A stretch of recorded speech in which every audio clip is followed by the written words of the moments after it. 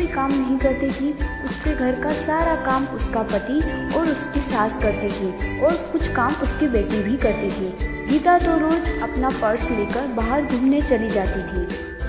गीता को कोई कहता भी नहीं था कि वह इस तरह रोज बाहर न जाए या घर का काम करे। घर का काम उसका पति और उसकी सास कर लेती थी। लेकिन एक दिन उसके पति को उसकी सास ने कहा कि बेटा, गीता को ना रोको टोको, तो उसको समझाओ कि इस तरह रोज़ बाहर जाना सही नहीं होगा।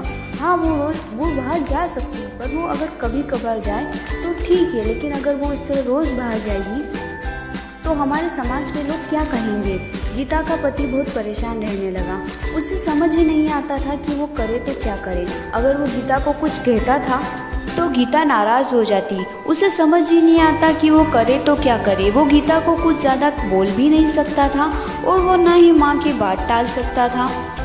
इसी तरह गीता रोज अपने घर में कुछ भी करना हो गीता की ही चलती थी। वो अपने पति और अपनी सासू को बहुत बातें सुनाती थी। अगर उनसे कोई काम ठीक से नहीं होता तो भी वे उन्हें डांट लगाती थी।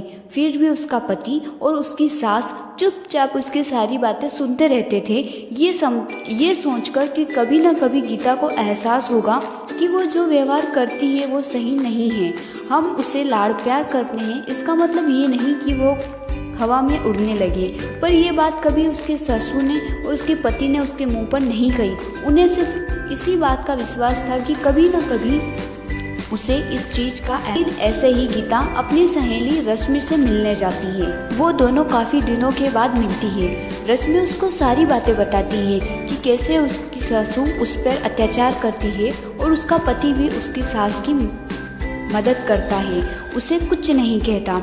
उसकी सास उसके पति को उसके खिलाफ भड़काती भी रहती है। वो चाहे कितना भी काम कर ले, कितनी भी अच्छी तरीके से घर की सारी साफ सफाई करे, सारा काम करे, फिर भी उसकी सासू उसमें नोकझोंक निकाली देती थी और उसका पति भी उसकी माँ का साथ देता था। जब ये बात रश्मि ने गीता को बताई तो समझ जाओ बहू, ऐसा कभी न करना दोबारा। आज तो मैं तुम्हें माफ़ कर रही हूँ, लेकिन आइंदा माफ़ नहीं की जाएगी तुम्हें। इसलिए होश में रहना और दोबारा गलती नहीं करना। जाओ अब अपने कमरे में और आराम करो और खाना तो ढंग से बनाना सीख लो। तुम्हारे माँ बाप ने तुम्हें कुछ सिखाया ही नहीं लगता है। जाओ अपने रूम में तुम।